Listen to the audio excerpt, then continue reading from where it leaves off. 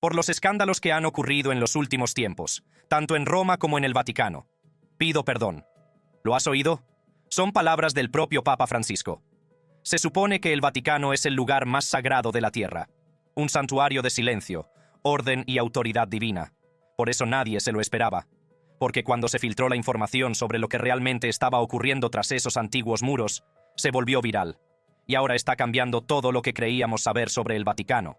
Escándalos ocultos en el Vaticano. Dentro de los muros sagrados de la ciudad del Vaticano, una verdad ha persistido a lo largo de su larga historia. Nada permanece oculto para siempre.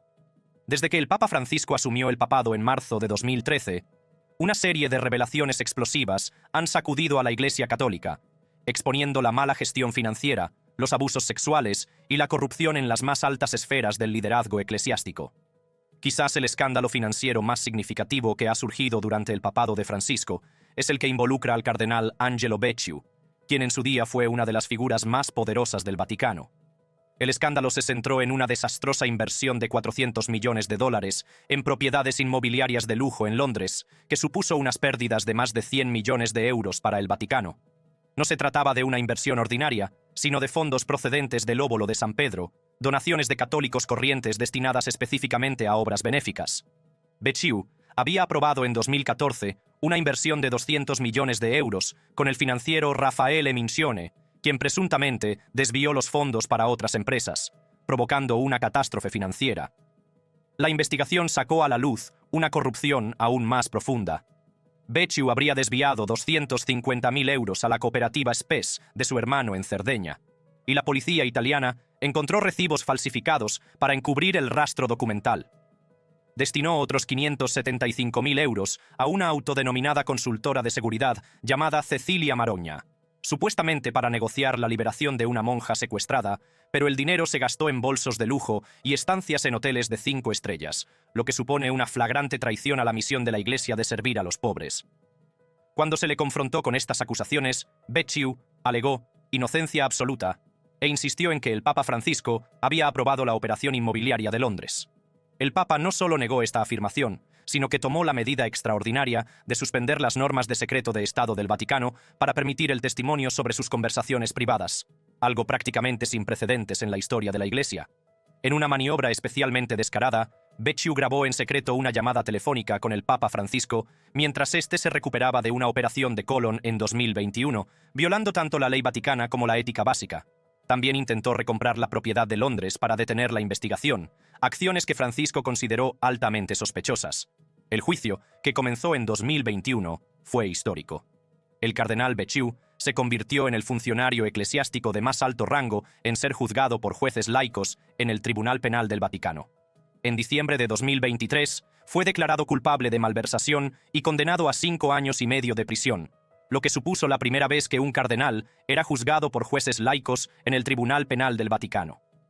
Aunque Becciu mantiene su inocencia y ha recurrido la sentencia, el caso demuestra tanto la profundidad de la corrupción financiera dentro del Vaticano como la determinación de Francisco de hacerle frente, a pesar de la resistencia. El escándalo Becciu surgió en un contexto de problemas financieros de larga data en el Vaticano. El Instituto para las Obras de Religión, IOR, comúnmente conocido como el Banco del Vaticano, había estado plagado de escándalos durante décadas. Durante la Segunda Guerra Mundial, el IOR recibió supuestamente impuestos eclesiásticos de la Alemania nazi y estuvo involucrado en el ocultamiento de botines de guerra, con estimaciones de $1.700 millones en transacciones solo en 1943. En 1982, el Banco del Vaticano se vio implicado en uno de los mayores escándalos financieros de Italia, cuando el Banco Ambrosiano quebró, dejando un déficit de $3.260 millones. Como principal accionista del banco, el Vaticano pagó una indemnización de $244 millones, aunque negó cualquier responsabilidad directa. Las acusaciones de blanqueo de capitales continuaron durante décadas, y las transacciones sospechosas provocaron investigaciones por parte del Banco de Italia en 2010 y llevaron a JP Morgan a cerrar una cuenta del IOR en 2012. El Vaticano también se ha enfrentado a acusaciones de evasión fiscal, al haber eludido supuestamente 4.000 millones de euros en impuestos sobre sus extensas propiedades, aprovechando un vacío legal. El Tribunal de Justicia de la Unión Europea dictaminó posteriormente que esta práctica era ilegal, lo que podría exponer al Vaticano a responsabilidades de hasta 13.000 millones de euros. Estos escándalos financieros se pusieron aún más de manifiesto en lo que los expertos denominaron Batileaks 2.0, un escándalo que estalló en 2015 cuando se filtraron documentos confidenciales a la prensa. Dos periodistas italianos, Gianluigi Nuzzi y Emiliano Fittipaldi, publicaron libros explosivos basados en estos documentos. Merchants in the Temple, de Nuzzi, y Avarice, de Fittipaldi, detallaban cómo los funcionarios del Vaticano gestionaban mal los fondos y luchaban contra las reformas financieras. Estas revelaciones fueron especialmente perjudiciales porque procedían del interior. Monseñor Lucio Vallejo Balda y Francesca Ciauchi, miembros de una comisión papal creada para recomendar reformas financieras, fueron detenidos por filtrar los documentos. La respuesta del Vaticano fue rápida y severa. En un juicio que atrajo la atención internacional, Balda fue condenado a 18 meses de prisión, mientras que los periodistas fueron absueltos por motivos de libertad de expresión. El escándalo puso al descubierto una amarga lucha que algunos observadores del Vaticano describieron como una batalla entre el bien y el mal, dentro de los sagrados recintos de la sede de la Iglesia. El Papa Francisco, visiblemente conmocionado por estas revelaciones, hizo algo inusual para un pontífice. Emitió una disculpa pública. Hay problemas en el mundo a causa de los escándalos. Quiero pedir perdón por los escándalos que han ocurrido en los últimos tiempos, tanto en Roma como en el Vaticano. Pido perdón. Aunque los escándalos financieros acapararon los titulares, las controversias más devastadoras durante el papado de Francisco tuvieron que ver con los abusos sexuales. Quizás ninguno fue más preocupante que el caso del padre Marco Rupnik, un artista jesuita de renombre mundial cuyos mosaicos adornan iglesias de todo el mundo, incluido el propio Vaticano.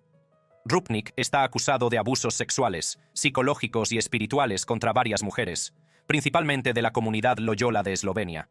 Las acusaciones son espeluznantes. Al menos 9 mujeres y un hombre han presentado denuncias que se remontan a los años 80 y 90. Una antigua religiosa conocida como Ana detalló 9 años de abusos, entre los que se incluyen manipulación y actos sexuales que Rupnik enmarcó como expresiones espirituales, diciéndole que representaban la relación entre Dios y la Iglesia. La gestión del caso por parte de la Iglesia suscitó serias dudas. Rupnik fue excomulgado brevemente en 2019 por absolver a un cómplice de un pecado sexual, esencialmente concediendo el perdón religioso a una mujer con la que había mantenido relaciones sexuales, un delito canónico grave. Sin embargo, esta excomunión fue levantada tras solo 2 semanas. A pesar de las crecientes acusaciones, a Rupnik se le permitió predicar en la Curia Romana en 2020 y reunirse con el Papa Francisco en 2022, lo que alimentó la percepción de un trato preferencial. Solo tras una importante presión pública, la Compañía de Jesús, los jesuitas, llevó a cabo una investigación exhaustiva y consideró muy creíbles 15 acusaciones. Rupnik fue finalmente expulsado de los jesuitas en 2023 por negarse a obedecer las órdenes. El Papa Francisco, en respuesta a las crecientes críticas, levantó la prescripción en octubre de 2023, lo que permitió al Dicasterio para la Doctrina de la Fe investigar a fondo. En 2025, el caso sigue abierto y se han presentado nuevas víctimas, algunas de ellas en 2024. El caso Rupnik ejemplifica lo que los críticos consideran un patrón en la respuesta de la Iglesia a las denuncias de abusos. Una reticencia inicial a actuar con decisión, seguida de medidas más contundentes solo tras la presión pública.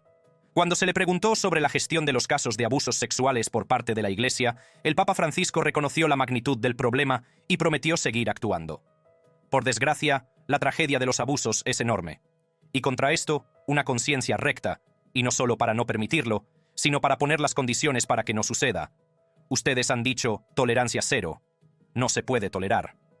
En enero de 2025, Francisco demostró este compromiso al disolver el Sodalitium Christianae Vitae, SCV, una comunidad religiosa católica con sede en Perú y aproximadamente 20.000 miembros en todo el mundo. Fundada por Luis Fernando Figari en 1971, el grupo había estado bajo escrutinio desde 2017, cuando una investigación descubrió que Figari y otros miembros habían abusado de 19 menores y 10 adultos. A diferencia de casos similares, como el de los Legionarios de Cristo, que solo fue reestructurado bajo el pontificado del Papa Benedicto XVI, a pesar de las numerosas denuncias de abusos, Francisco ordenó la disolución completa del SCV, lo que supuso la desaparición total de la organización. Esta medida sin precedentes demostró la voluntad de tomar medidas drásticas cuando fuera necesario. aunque los críticos señalan que se produjo tras años de denuncias e investigaciones. Otra controversia que sacudió al Vaticano fue el escándalo de la Fundación Papal de 2017. Esta organización benéfica católica, con sede en Estados Unidos, se vio envuelta en una tormenta cuando el 2017 cardenal Donald Wuerl proporcionó información engañosa para conseguir una subvención de $25 millones para un hospital romano envuelto en escándalos, el Instituto Dermopático de l'Immacolata, IDI. El secretario de Estado del Vaticano, el cardenal Pietro Parolin, solicitó la subvención en nombre del Papa Francisco, pero se omitieron detalles críticos. El hospital ya estaba en quiebra debido a anteriores escándalos de malversación, y la subvención serviría esencialmente para rescatar al Banco del Vaticano, que había concedido un préstamo fallido a la institución. Cuando los miembros de la fundación descubrieron estas omisiones, muchos se opusieron, lo que creó una división que dañó la credibilidad de la organización y planteó dudas sobre la transparencia en las más altas esferas del liderazgo de la Iglesia. Cuando el Papa Francisco comenzó su papado en 2013, heredó lo que su autobiografía Esperanza, reveló más tarde como una gran caja blanca de documentos de Benedicto XVI, que contenía pruebas de situaciones difíciles y dolorosas, abusos, corrupción y malas prácticas que su predecesor había comenzado a abordar. Las palabras de despedida de Benedicto fueron inquietantes. Todo está aquí. He llegado hasta aquí. He tomado estas medidas. He destituido a estas personas. Ahora te toca a ti. Este simbólico paso del testigo, o quizás, más exactamente, el paso de una bomba de relojería, sentó las bases para el tumultuoso papado de Francisco. Los escándalos que siguieron pondrían a prueba su programa de reformas y, en ocasiones, amenazarían con eclipsar su misión espiritual más amplia. En respuesta a estos retos, Francisco implementó importantes reformas. En 2014, creó la Secretaría de Economía y nombró al cardenal George Pell su primer prefecto, con el mandato de aportar transparencia y responsabilidad a las finanzas del Vaticano. Francisco también reformó el Banco del Vaticano, cerrando miles de cuentas sospechosas e implementando protocolos más estrictos contra el blanqueo de capitales. Sin embargo, estos esfuerzos reformistas se enfrentaron a una importante resistencia interna. El escándalo Batileaks 2.0 de 2015 reveló el alcance de esta oposición cuando se filtraron documentos confidenciales a los periodistas Gianluigi Nuzzi y Emiliano Fittipaldi. Sus posteriores libros detallaban cómo los funcionarios del Vaticano gestionaban mal los fondos y se resistían activamente a las reformas financieras. La cruzada del Papa contra la corrupción financiera y los abusos le supuso un gran coste personal. A pesar del deterioro de su salud en sus últimos años, Francisco siguió presionando para que se rindieran cuentas, a pesar de su creciente fragilidad física. Pero sus reformas y su enfoque progresista le granjearon poderosos enemigos dentro y fuera de la Iglesia, sentando las bases para una oposición sin precedentes a un pontífice en ejercicio y creando divisiones que persistirían más allá de su vida. Fuertes fuerzas contra el Papa Francisco. Mientras el Papa Francisco se esforzaba por reformar las finanzas del Vaticano y abordar los profundos problemas de abuso de la Iglesia, surgió una poderosa coalición de críticos para oponerse a él. Esta oposición no solo provino de los sectores esperados, cardenales conservadores resistentes al cambio, sino también de una alianza diversa de católicos tradicionalistas, figuras políticas, personalidades de los medios de comunicación e incluso personas implicadas en los mismos escándalos que él pretendía abordar. Dentro de la jerarquía de la Iglesia Católica, varios clérigos de alto rango se convirtieron en los críticos más acérrimos de Francisco, cuestionando a menudo sus decisiones teológicas y administrativas a través de los canales oficiales.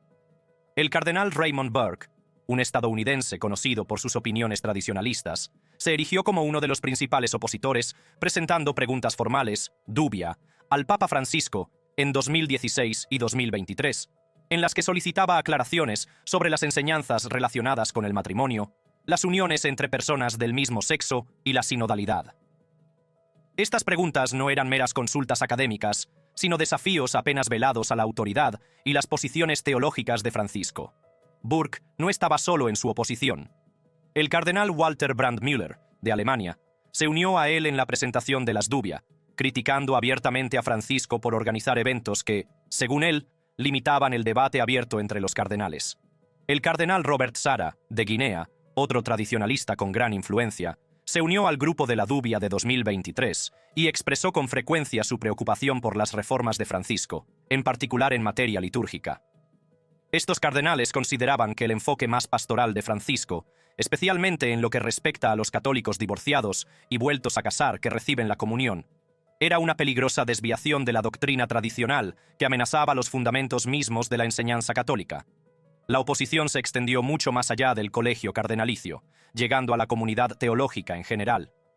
En 2019, un grupo de 19 teólogos, entre los que se encontraba el respetado dominico Aidan Nichols, firmó una carta abierta a los obispos del mundo en la que acusaba al Papa Francisco de haber cometido el delito canónico de herejía por sus enseñanzas sobre el matrimonio, la sexualidad y la gracia. Esta acusación sin precedentes contra un papa en ejercicio siguió a una corrección filial, firmada en 2017 por más de 60 sacerdotes y académicos, que alegaban que Francisco defendía 7 posiciones heréticas, lo que demostraba un nivel de disidencia abierta que habría sido impensable en pontificados anteriores. Los grupos católicos tradicionales intensificaron su oposición al programa de Francisco. La Fraternidad San Pío X, SSPX, que se ha opuesto históricamente a las reformas del Concilio Vaticano II, consideró especialmente preocupante que Francisco continuara y ampliara dichas reformas. Aunque la SSPX criticó por excesiva la carta abierta de 2019, en la que se acusaba a Francisco de herejía, su crítica más amplia al papado coincidía con las preocupaciones tradicionalistas sobre la doctrina y la liturgia. Las restricciones impuestas por Francisco en 2021 a la misa tradicional en latín, tal y como se recogen en Traditionis Custodes, avivaron aún más la oposición de estos grupos, que lo consideraron un ataque directo a su patrimonio litúrgico y un intento de suprimir las expresiones tradicionalistas del catolicismo. Quizás ningún crítico fue más franco o controvertido que el arzobispo Carlo Maria Viganò, antiguo embajador del Vaticano en Estados Unidos. En 2018, Viganò publicó una explosiva carta de 11 páginas en la que acusaba a Francisco de conocer las denuncias de abusos sexuales contra el cardenal Theodore McCarrick y de no haber actuado, pidiendo dramáticamente la dimisión del Papa, una exigencia sin precedentes por parte de un antiguo nuncio papal. Tras esta primera salva, Viganò pasó a la clandestinidad, alegando que temía por su seguridad, y continuó sus ataques desde un lugar desconocido. Con el paso del tiempo, la retórica de Viganò se volvió cada vez más apocalíptica. Intensificó sus acusaciones, tildando a Francisco de falso profeta y siervo de Satanás, al tiempo que afirmaba que el Papa promovía una agenda globalista y socavaba activamente la tradición católica. El arzobispo llegó incluso a rechazar la legitimidad del Concilio Vaticano II, posicionándose como defensor de una iglesia preconciliar no contaminada por el modernismo. En 2024, la rebelión de Viganò llegó a su inevitable conclusión cuando fue excomulgado formalmente por Cisma, tras negarse explícitamente a reconocer la legitimidad de Francisco como papa, lo que supuso uno de los castigos eclesiásticos más dramáticos de la historia católica reciente. Las figuras de los medios de comunicación católicos también desempeñaron un papel importante en la amplificación de la oposición a Francisco. Michael Boris, fundador de la controvertida plataforma mediática Church Militant, criticó con frecuencia a Francisco por declaraciones percibidas como contrarias a la doctrina católica, como sus comentarios sobre las uniones homosexuales y la justicia económica.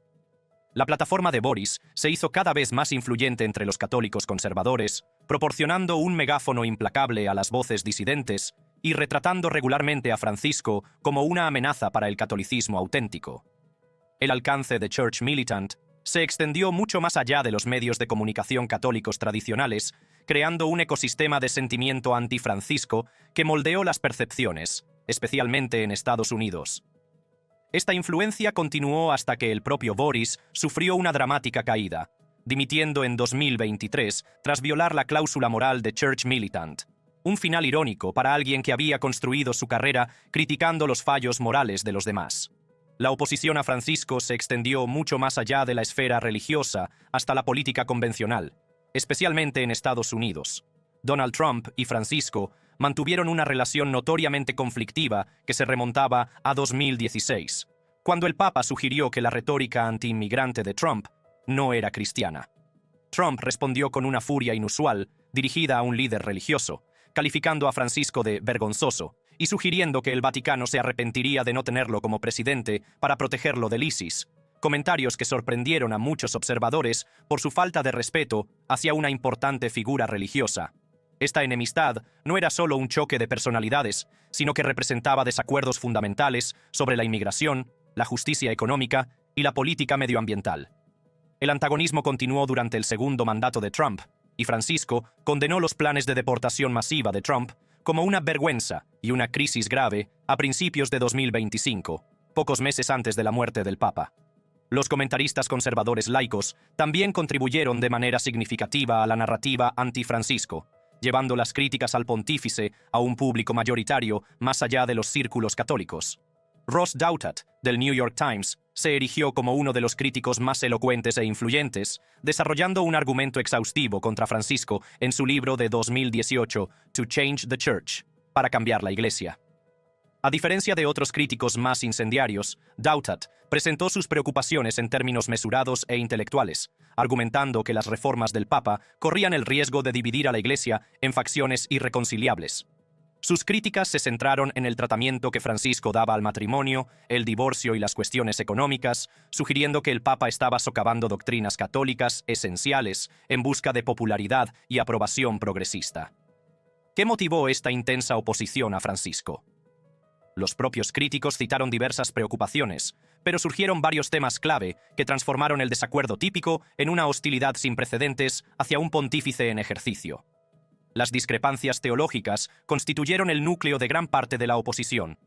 Los críticos argumentaban que las reformas de Francisco, en particular la autorización de la comunión a los católicos divorciados y vueltos a casar, tal y como sugería en su exhortación apostólica Amoris Laetitia, socavaban la doctrina tradicional sobre el matrimonio. Consideraban que su enfoque relativamente acogedor hacia los católicos LGBTQ+, era una peligrosa desviación de la enseñanza de la Iglesia sobre la sexualidad, y señalaban casos en los que Francisco parecía respaldar las uniones civiles entre personas del mismo sexo como prueba de confusión doctrinal o de subversión deliberada de la enseñanza católica.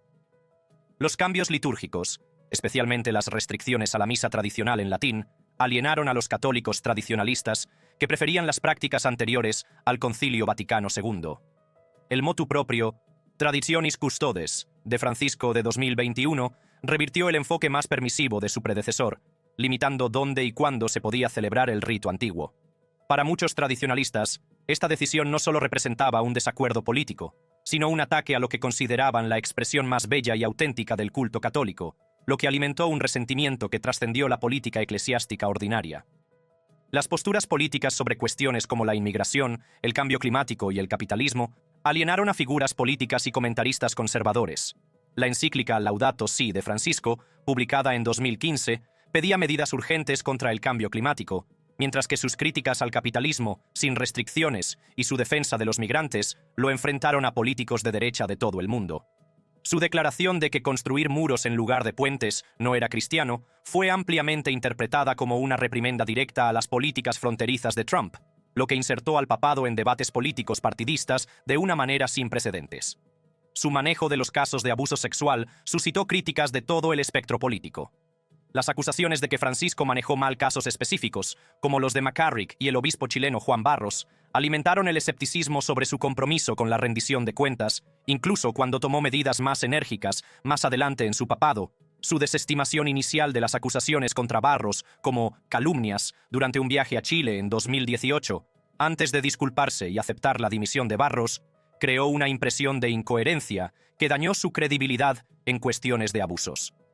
La ambigüedad percibida en las declaraciones de Francisco inquietó a los críticos que preferían los pronunciamientos doctrinales claros de los papas anteriores. Acusaron a Francisco de hacer declaraciones vagas o contradictorias que confundían a los fieles, señalando su famoso comentario «¿Quién soy yo para juzgar?», sobre los sacerdotes homosexuales, como ejemplo de una retórica que parecía socavar la enseñanza establecida, al tiempo que mantenía una negación plausible sobre los cambios doctrinales. La intensidad de esta oposición se vio amplificada por la proliferación de las plataformas mediáticas y las redes sociales, especialmente en Estados Unidos, donde las redes católicas conservadoras ganaron un número significativo de seguidores que habría sido imposible en generaciones anteriores.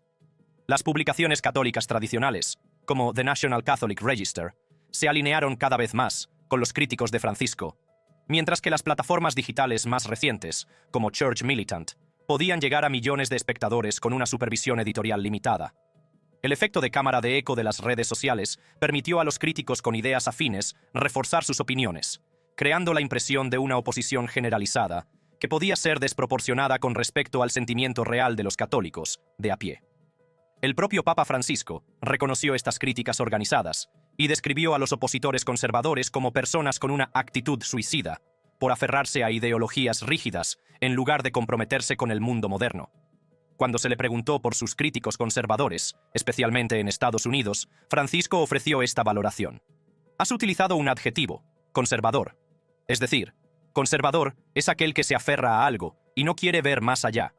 Es una actitud suicida, porque una cosa es tener en cuenta la tradición y otra muy distinta es encerrarse en una caja dogmática. Las reacciones públicas a Francisco y a los escándalos que plagaron su papado variaron ampliamente en todo el espectro de la opinión católica. En plataformas de redes sociales como Reddit, los usuarios expresaron perspectivas fuertes y diversas que reflejaban la polarización dentro de la Iglesia. Un usuario, Yatak33, escribió con evidente frustración: «Esto es lo que me desconcierta. Ningún otro papa habría podido encubrir y defender a tantos hombres malvados como lo ha hecho Francisco sin la cobertura de los medios de comunicación. Inzoli, Barros, Zanchetta, Rubnik, McCarrick, etc. Este comentario, que recibió una gran respuesta por parte de otros usuarios, resumía la opinión de muchos católicos conservadores de que Francisco había sido protegido de un escrutinio adecuado por unos medios de comunicación seculares comprensivos. Otros usuarios de Reddit ofrecieron valoraciones más pesimistas sobre el legado a largo plazo de Francisco. Un usuario identificado como PhD Survivor comentó: «Me temo que nuestro actual pontífice no será recordado con cariño por los fieles en el futuro». Esta predicción sobre la posición histórica de Francisco reveló la percepción de algunos católicos de que su papado sería juzgado con dureza por las generaciones futuras, comparándolo desfavorablemente con sus predecesores más tradicionales. Mientras tanto, algunos usuarios consideraban que las acusaciones contra Francisco eran intentos con motivaciones políticas para socavar la reforma. Un usuario de Reddit, con el nombre de Stag Lee, cuestionó abiertamente las acusaciones de que Francisco encubrió los abusos, escribiendo: «Pero en el momento en que Francisco dice, vale, no, en serio, ya basta, no vamos a ocultar más a los pedófilos, sale este arzobispo de la nada». La reacción polarizada hacia Francisco se extendió a su gestión de escándalos concretos, y cada nueva revelación o respuesta se convirtió en un campo de batalla para visiones contrapuestas de la Iglesia. El obispo Joseph Strickland, de Tyler, Texas, se convirtió en un crítico tan abierto del liderazgo y las posiciones doctrinales de Francisco que fue destituido de su diócesis en 2023, una medida extremadamente rara que indica lo tensa que se había vuelto la relación entre Francisco y sus críticos conservadores. Strickland había utilizado repetidamente las redes sociales para criticar las posiciones de Francisco, en particular en lo que respecta a la bendición de las parejas del mismo sexo, presentando al Papa como un traidor a la auténtica doctrina católica en favor de los valores seculares. A pesar de que Francisco se esforzó por abordar escándalos importantes, como el caso de corrupción financiera de Becciu y la disolución de la Sodalitium Christianae Vitae, plagada de abusos, cada medida generó nuevas controversias entre sus detractores y defensores. Quienes apoyaban a Francisco veían a un papa que se enfrentaba con valentía a la corrupción y los abusos arraigados, a pesar de la feroz resistencia interna, y destacaban su voluntad sin precedentes de procesar a un cardenal y disolver una orden religiosa comprometida. Sin embargo, los detractores percibían incoherencia, favoritismo y falta de voluntad para exigir responsabilidades a ciertos aliados, señalando los retrasos en la resolución del caso Rubnik y la defensa inicial del obispo chileno Barros. Un funcionario anónimo del Vaticano fue citado por el periodista especializado en asuntos religiosos John Allen diciendo: «Francisco quiere transparencia, pero solo en sus propios términos. Expondrá a sus enemigos y protegerá a sus amigos, como cualquier político». Esta percepción, justa o no, dañó significativamente la reputación de Francisco como reformador y favoreció a quienes lo acusaban de hipocresía y de aplicar la rendición de cuentas de forma selectiva. Los críticos señalaron sus declaraciones de 2023, en las que instaba a los auditores del Vaticano a equilibrar la transparencia con la discreción misericordiosa en el tratamiento de la corrupción, como prueba de un enfoque incoherente que socavaba los esfuerzos de reforma genuinos. En sus últimos años como Papa, Francisco pareció aceptar cada vez más este reto. Su sínodo sobre la sinodalidad de 2021 a 2023, un proceso de consulta global diseñado para hacer que la Iglesia fuera más inclusiva y participativa, representó un esfuerzo por pasar de un modelo de liderazgo monárquico a un enfoque más colaborativo. A medida que la salud de Francisco se deterioraba y se intensificaba la oposición a su liderazgo, los observadores del Vaticano se preguntaban cada vez más qué pasaría después de que terminara su papado. ¿Permanecerían sus reformas o serían rápidamente deshechas por un sucesor conservador? Y quizás lo más importante, ¿cómo abordaría la Iglesia las profundas divisiones que habían surgido durante su mandato? Estas preguntas pronto cobrarían una importancia urgente a medida que los acontecimientos se desarrollaban rápidamente en la primavera de 2025. La muerte de Francisco transforma el futuro del Vaticano. Mientras la luz de la madrugada se filtraba por las ventanas del Palacio Apostólico el 21 de abril de 2025, los funcionarios del Vaticano recibieron una noticia impactante que cambiaría para siempre el curso de la historia católica. El Papa Francisco había fallecido a los 88 años. El anuncio lo hizo la oficina de prensa del Vaticano con profundo dolor, señalando que a las 7:35 de esa mañana, el obispo de Roma había regresado a la casa del Padre.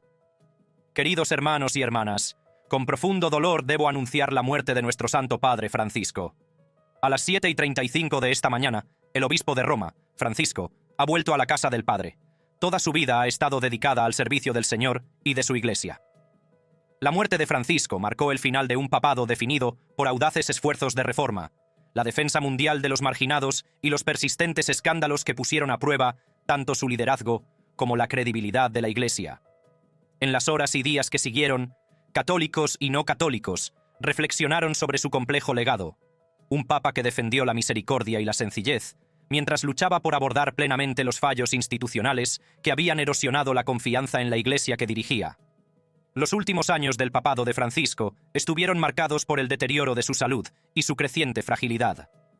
En marzo de 2025, pocas semanas antes de su muerte, el Papa fue hospitalizado con una doble neumonía, lo que suscitó preocupación sobre su capacidad para seguir al frente de la Iglesia. Desde su lecho de hospital, difundió un mensaje de audio en el que agradecía a los fieles sus oraciones y su apoyo, con la voz notablemente más débil, pero con el espíritu intacto. Cada vez que voy a estos lugares, prisiones, me pregunto por qué ellos y no yo.